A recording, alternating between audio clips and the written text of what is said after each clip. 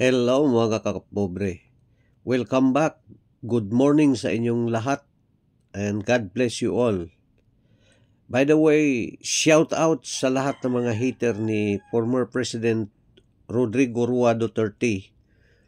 Kung hinahanap ninyo ang mga loan niya noong time niya na bilang presidente natin dito sa Pilipinas, ito ang patunay na hindi siya kurakot na presidente, kundi ang build na pangarap niya dito sa Mindanao ay ginawa niya. Ngayon, tinatanong ninyo, nasaan na yung pera na yun? Ayan o, tignan ninyo, mga loyalista ni Bobong Marcos. Yung Bobong ninyo, may maipapakita ba? Ang pinapakita niya, yung magbigay dyan sa mga tao na yan, hindi din nila inisip na pagkatapos niyan, wala na yan, 10,000 ninyo. Mga bobo talaga. Itong tignan ninyo, kaganda-ganda ng mga daan dito. Hindi ka nahihirapan.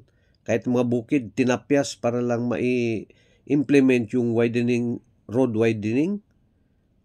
Ayan, Siya nga pala, makisuyo sana. Kung pwede, paki-subscribe naman sa aking YouTube channel, Bo TV Vlog. And please, hit the notification bell para updated kayo sa aking mga video na ina-upload. Salamat and God bless you all mga kapobre. Ito kasing mga loyalistang bangag na ito kasi patuloy pa rin silang sumasamba dito sa tandem ni Romualdez at Marcos dahil sila, nakikinabang sila, paano yung sambayan ng Pilipino naghihirap? Ang daming manok.